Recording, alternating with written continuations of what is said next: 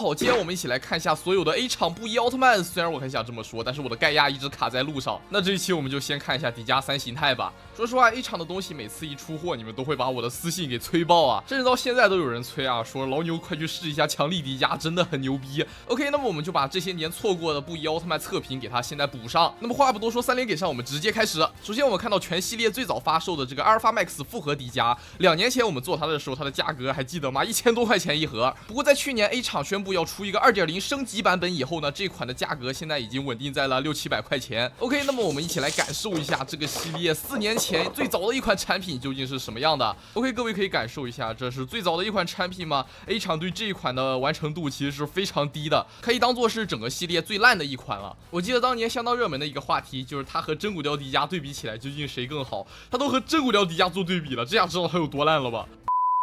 这款的一个缺点还是非常明显的，它的这个布衣并没有那么的贴身，整体的身形比例也感觉做的有点怪怪的，看起来腿很短，腰很长。当然，各位也可以感受一下真骨雕的体型，我觉得起码在这一点来说，真骨雕确实赢太多了。另外，在当年受诟病最多的就是它这个头雕本来就称不上还原，再加上没有窥孔的设计，整个头雕看起来非常诡异啊。碍于它这个全包裹的布衣设计，全身上下的可动性呢，也就是勉勉强强的水平。不过用到大量的齿轮关节，把玩手感还是非常不错的。可动性这块和当时的真骨雕比也确实有一定距离，不过当时真骨雕迪迦的可动性是拿什么换的？大伙儿懂的都懂。OK， 它的缺点说完了，它的优点嘛，这一点我觉得就赢麻了。它能亮，而且亮起来以后呢，整个头雕瞬间就有了神韵。我觉得光这一点就足够杀死比赛了，并且你可以通过不断磁吸的方式调整它的状态，再磁吸一下就是闪红灯，然后时间久了的话，它的这个红灯频率会越来越快，然后直到最后会有一个熄灭的效果。也是从这款产品上，玩家们才注意到，哦，原来奥特曼玩具还可以这么做呀，在没有关节外露的情况下，有发光机构的同时，还能拥有一定的可动性。然后这款的配件呢，其实算不上多，总共就这些。刚刚各位也看到了，它有一个非常小的神光棒，可以作为一个磁吸的开关，只不过它是一个固定死的造型，并没有开合的结构。除此之外，它还可以通过磁吸的方式固定在地台上。然后就是它的栽培里奥光线蓄力以及发射的特效键了。装上以后，这个效果还是非常不错的，配合它这么一个灯光的表现。那么总的来说，这款布衣复合迪迦其实大大小小的问题有一堆，但是它整体一个非常不错的设计思路，还是能让玩家在它身上看到无限的可能性的。而 A 厂也没有让玩家失望，后面每一款产品都有一定程度的提升。就比如说这个布衣空敌，我去，去年刚出货的时候涨到1000多，我就没买，现在终于是拿下了，不过还是花了900多。这款相较于复合迪迦的发售，时隔了2年多，真的是相当恐怖的一个进步。首先它的体型是更加好看了，把复合迪迦放在它旁边，可以看得出来这回的布衣是非常贴身的，衬的整个形体就宽肩窄腰的，也不会像复合迪一样精进这边会有一点小小的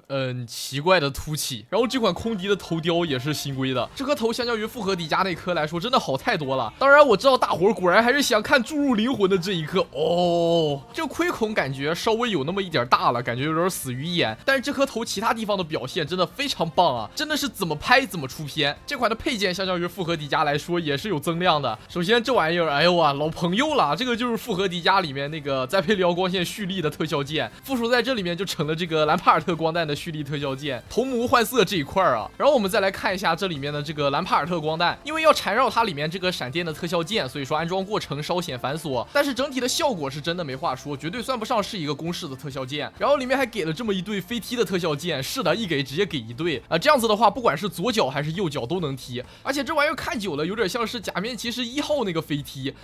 你别说，你还真别说。然后这回里面的神光棒是做出开合结构了啊，这点可喜可贺。然后里面还给了这么一个应该是冷冻射线的特效键，整体是一个蓝色透明键，没有上什么别的涂装点缀，装上去效果差不多就这样，比较一般。另外想必各位也看出来了，这款相较于复合迪迦来说，能摆的姿势更多了，它的可动性会更好。那么综上所述，这款布衣的空中迪迦素质还是非常不错的，也正是因为这个表现，去年一出货这款产品就疯涨，大伙儿对 A 厂涨价不会去说什么，就是因为只要在预定时间内你都是可以订得到的，不用说你订个玩具还要蹲点抢，还要去求它，如果能原价抢到就是上天给的恩赐。然后就是这款布衣的强敌，哇，这款真的是神了，这个是前几个月才出货的，继空敌以后呢，这个强敌大伙儿就长记性了，都去订了，结果就导致它破发了嘛。现在它的价格和真骨雕强力迪迦基本上一样，当然你们也可以把你们的购入价打在弹幕上。我们看到这款的体型，我觉得还是非常不错的，虽然说和剧中还是有一定出入吧，但是可以看到它是有把腰做粗一些的，这样子就和复合迪迦、空中迪迦的身形区分开了。但是说实话整体还是偏瘦了。然后这款的头雕相较于空敌来说，我看了一下，应该是调整了一下盔孔，给人的感觉更正了呀。同样的，我们注入一下灵魂，哇，太帅了！这颗头我给一些特写，各位感受一下哦，我真的很满意。